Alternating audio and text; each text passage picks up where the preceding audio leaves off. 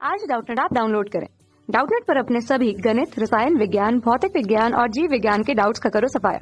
बस प्रश्न की फोटो खींचो, एक ही प्रश्न को क्रॉप करो और तुरंत वीडियो सोल्यूशन पाओ। अभी डाउनलोड करें। नमस्कार दोस्तों, हमसे पूछा गया है घूर्णी गति क्या है, इसकी विशेषताएं हमें बतलानी है। तो देखो, जब कोई कण, यहाँ पर परिभाषा लिख देता हूँ। तो ये हमारी परिभाषा लिख दी है कि जब कोई कण अपने तय अक्ष के चारों ओर घूर्णन करता है उसे हम घूर्णन गति कहते हैं। तो देखो, इसका मतलब कि परिभाषा क्या होगी। एक मान लिया कि हमने एक्स है, ठीक है। अब इसके चारों ओर मतलब कि ये मान लिया कि हमारा कण है और ये वर्ताकार कक्षा में इस प्रकार ये चक्कर लगा रहा है इसके चारों ओर, ठीक है। तो ये घूर्णन गति कर रहा है, मतलब कि जो इसकी गति है वो घूर्णन गति कर रहा है। तो क्या है कि जैसे कि यहाँ पर मैं इस प्रकार भी लिख सकता हूँ कि ये मान लिया कि हमारा कुछ वृत्त है। इसको मैं अब इस प्रकार बना देता हूँ। देखो, यहाँ पर हमारा क्या है, ये तल के लंबवत है ये वाला वृत्त, लेकिन यहाँ पर मैंने इस तल में बना दिया, ठीक है। अब क्या करते हैं कि ये वाला कण है, ये वाला घूम रहा है, जो यहाँ पर मैंने बनाया था ये वाला कण घूम रहा है वी वेग से, और अक्ष मान लिया हमारा जो ये वाला अक्ष है, ये वाला अक्ष ये तल के लंबवत है, तो ये वाला बिंदु हमने ओ मान लिया। तो ये हमारा अक्ष हो गया, ठीक है। तो ये इस अक्ष के चारों ओर घूम रहा है। तो यहाँ से देखो, ये वाला जो है कुछ समय पश्चात यहाँ पर आ जाएगा, मतलब कि इसका विस्थापन हो रहा है। थीटा मान लिया कि यहाँ पर क्या हो रहा है, हमारा कोणीय विस्थापन। थीटा बराबर कोणीय विस्थापन। तो ये थीटा बराबर कोणीय विस्थापन हो गया। अब देखो, कुछ समय पश्चात ये क्या होगा, फिर से इसकी एक तरह से चाल देखी जाए तो चाल तो इसमें परिवर्तन हो रही है, मतलब कि वेग में परिवर्तन हो रहा है।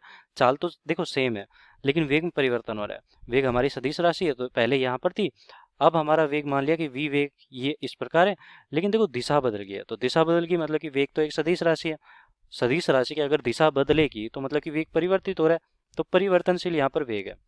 तो वेग क्या है यहाँ पर, परिवर्तनशील, परिवर्तनशील।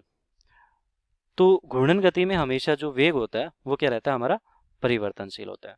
तो वेग परिवर्तनशील होता है, परिवर्तनशील होता है, परिवर्तनशील होता है। और इसके अलावा देखो, जो हमारा यहाँ पर विस्थापन की बात करते हैं, जैसे कि हम यहाँ पर बात करते हैं, एक कण ले लिया हमारा वी वेग से गतिमान है, कुछ समय पश्चात यहाँ पर पहुंच गया तो ये वी वेग से है। अब ये वाली जो दूरी होती है ये कहलाती है हमारी विस्थापन। विस्थापन मतलब कि लंबवत दूरी, प्रारंभ और अंतिम बिंदु के बीच की दूरी हमारी विस्थापन होगी। अब देखो, यहाँ से और यहाँ तक हमारा क्या हो गया, ये वाला हमारा विस्थापन होता है। लेकिन हमारा विस्थापन नहीं निकालते इसमें, हम निकालते हैं कोणीय विस्थापन, क्योंकि यहाँ पर घूर्णन गति की बात कर रहे हैं। तो इस प्रकार इसको यहाँ पर परिभाषित करते हैं। अब देखो, इसके वेग में परिवर्तन किस कारण हो रहा होगा।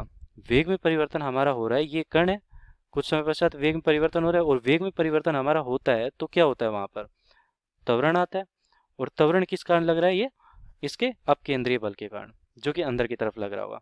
तो यहाँ पर अपकेंद्रीय बल यहाँ पर है, ठीक है, अपकेंद्रीय बल, इस कारण यहाँ पर त्वरण उत्पन्न हो रहा है, क्योंकि इसको वृत्त में घुमाने के लिए एक अपकेंद्रीय बल की आवश्यकता होती है, तभी ये कण हमारा घूम पाएगा। और यहाँ पर ऐसे भी हो सकता था, देखो मैंने तो एक कण के लिए माना है, हो सकता था हमारा पिंड होता। तो ये मान लिया कि हमारा वृत्त है, ये पिंड है हमारे पास, या फिर कोई भी आकृति का ले सकते हैं हम, कि आकृति हमारे पास है कुछ इस प्रकार की, हमें नहीं पता कैसे भी है, ठीक है। ये वाली आकृति हमारे पास, अब ये आकृति है, इसका द्रव्यमान केंद्र मान लिया कि मैंने यहाँ पर है, इसका क्या है, द्रव्यमान केंद्र, द्रव्यमान केंद्र।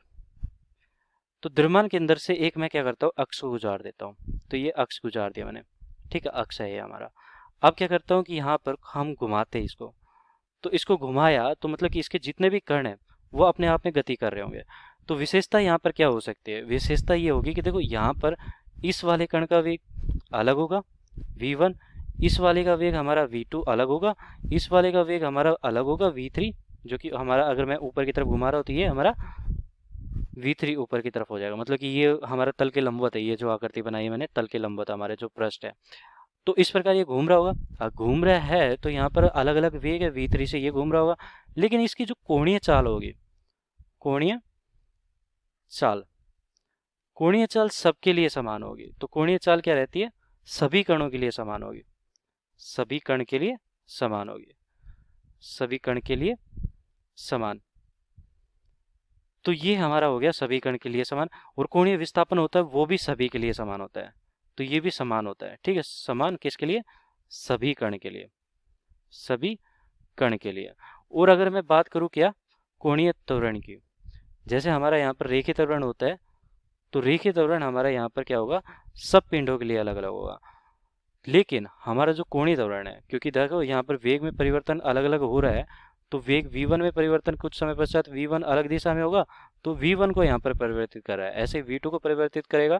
तो रेखीय त्वरण तो सबका अलग होगा, लेकिन कोणीय त्वरण सबका समान होगा। तो सभी कण के लिए समान होगा, सभी कण के लिए समान होगा, के लिए समान। तो ये हमारी विशेषताएं हो जाती है इसकी, कि घूर्णन गति में हमारा जो कोणीय विस्थापन होता है, कोणीय चाल होती है, कोणीय त्वरण होते हैं, वो सभी कणों के लिए समान होते हैं। धन्यवाद। कक्षा 6वीं से 12वीं से लेकर नीट, IIT, JEE वो एडवांस के लेवल तक 1 करोड़ से ज्यादा छात्रों का भरोसा।